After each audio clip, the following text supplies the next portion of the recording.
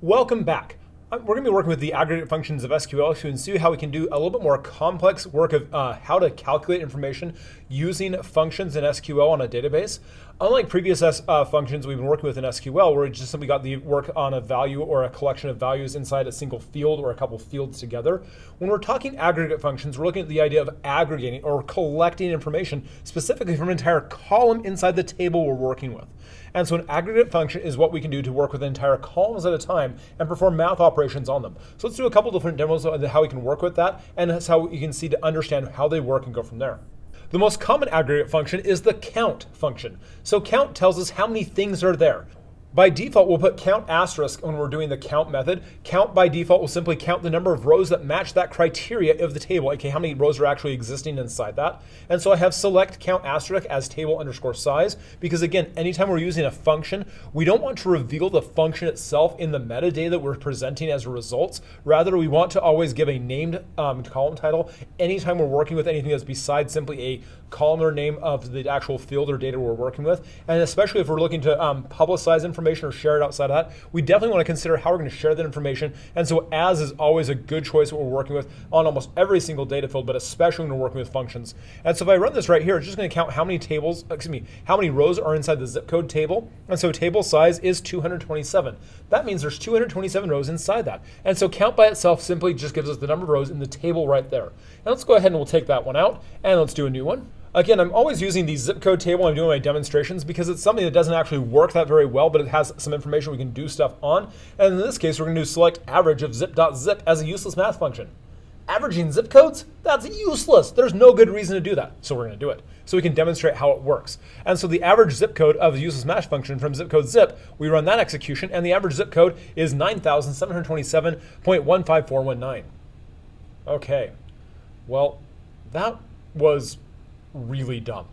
But that's okay. We can see how it functions. And so when I do the average, it's going to go look inside the zip code table, named zip for the alias right here, and I'm going to average out the column right here of zip. It's going to do an average function on it, aka it's going to add all the numbers together and then divide by the number that we have for that, boom, and it's going to give us that result. I know, it's not very helpful for this case, but it demonstrates how we can use that. Let's take this and go one step further. Let's combine aggregate functions with other fields as well as aggregates. Let's try this doing a little bit more advanced version. We're going to combine our functions together. We're going to use the average and the count together, still working with zip code because, again, it's useful. In this case, I have my average zip as more useless math, and then comma zip.city, and then count asterisk as zip count, and from zip code zip. And what this is going to do, we notice because I have a lovely little thing right here that's not a function, I have to make sure I have that group by clause. It's required. If I don't have it, it's going to crash, burn, and die. Let's demonstrate that really fast. So let's go ahead and do this right here without that method. And oh no, I have an error. Or a 00937, not a single group function.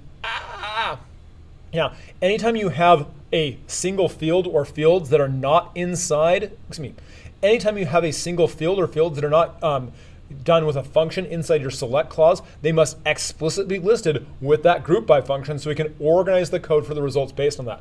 So let's go ahead and fix that right here and rerun that same query. And boom, run that again. And now look what happened.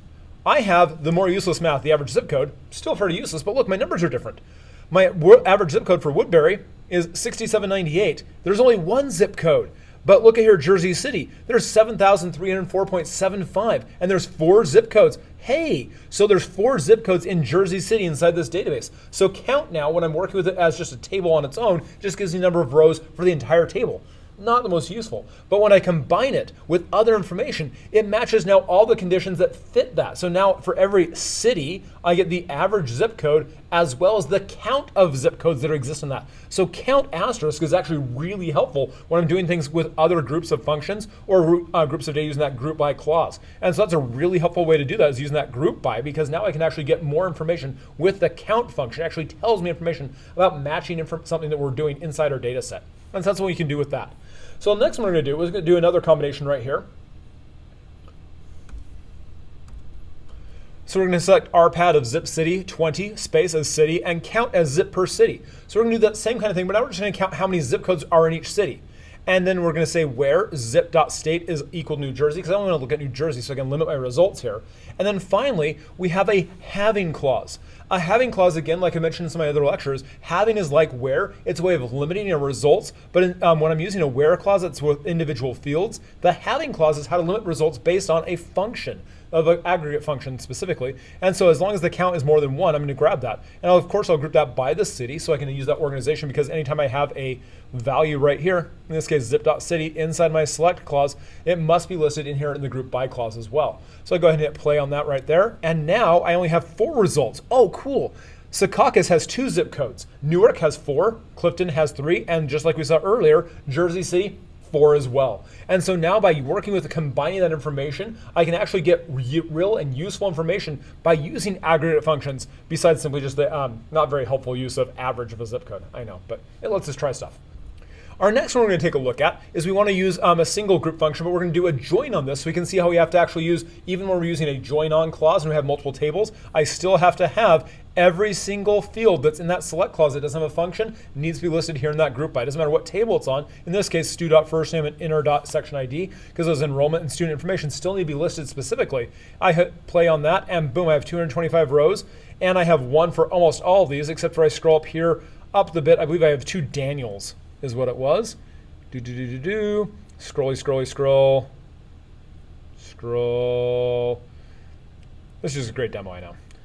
Okay, well, let's do this and let's add that right there. So as you can see, we've got a whole bunch of 1s right there, not a lot of differentiation, but I only want to get the ones that match that. So again, if I want to make it so I can limit my results so I only have where there's more than 1 with the same name in the same section. Oh, that way I'm going to go over here. I have to do that join on. And instead of right here, instead of just the group by, I go right here. And I add that having clause, because having is how I restrict my results. And again, I do the count parens asterisk, closing my parens, and that's greater than 1. So I only look at the ones that have more than 1 student, the same first name per section, and I have only 1. I've got section 148 has 2 Daniels in it. Oh, cool. That's nice. And so we have the information. I can restrict my results based on that. So my student and first name and section ID, so I can have that information with that. If I only want to get the number of students that have the same name, like that, oh, I want to get all the students the same first name, well, then I just take out that section ID, boom, take that out. And I'm going to go ahead, I don't need to worry about join student stu anymore with on that, because I'm no longer working with that, so I can take that out right there. And because I no longer have enter, my enrollment table, I can take that out as well, and replace that comma with a semicolon, and hit play. And now I have 40 rows. There's 40 different students that have multiple different names. So I've got 2 Joels, 4 Michaels, 2 Rogers. I've got 3 Kevins and 4 Pauls, a couple Jeffreys. And I've got, 3 Yvonnes? Cool. So I can see some different routes. And so I have that result right there. I can count how many occurrences there are of a matching condition. And so that using that having count right there and select count allows me to I can figure out how many things actually match this condition in a group type setting. And so that count and the group by is a really great way to do information with that. And you actually get some real information from that. Our last demo that we're going to work with on here is going to take a look at how we can actually grab some information using the group by and where and having. But notice right here in my where clause, again, because I don't have it listed in the select, it's in my where. I don't have to have it listed specifically in my group by. It'll still compile and run just fine. And I get all the ones that are modified by our Reicher, or the Reicher text that we're working with. And so I get the modification for all of them and the count for that I have, and all of them are 1, except for that Jersey City, of course, has 4 zip codes because, yeah, that's what we are. And we go from that information right there. So I can get all the zip codes whose max is greater than 7,100. And so again, I'm using a function to limit my results, and a having clause is how I do that. Having is where I use that aggregate function limit. In this case, I have min. If I were a max function, if I wanted to do a min function, I just say do min on that same function right there, and I can get that same information. The max function, min function can also be passed other information for that, but we can do that for there. But that's just a quick way you can demonstrate how I can use a aggregate function using Oracle SQL and demonstrate how to get those results with that. So again, the big thing we do when we're having that, they go inside either our select clause or our having clause. The select clause, of course, I never want to leave count like that, so I have an as right here and zip count, making sure it looks even nicer. And so I have the count right there, and I have my as city, as zip count, and modified by. There we go. Looks a lot nicer. City and zip count. There we go. And then my from clause, of course, lists the table I'm working with. My where is how I can limit my results, so I have a specific fields values. And my having clause is how I can limit my results based on a function result. In this case, I'm having right there of max of zip.zip. And so that max clause right there is how I can use that max function, a new aggregate function inside that having. And then my group by is what required for every single field listed in my select clause that's not aggregate must always be listed inside that group by. So having still limit results, group by is how I organize my data, and the count gets really helpful, especially when you use it in conjunction with either other fields or other functions. That's a great way to do aggregate functions. Hope this is helpful. Cheers and have a great day. See you next time. Bye-bye.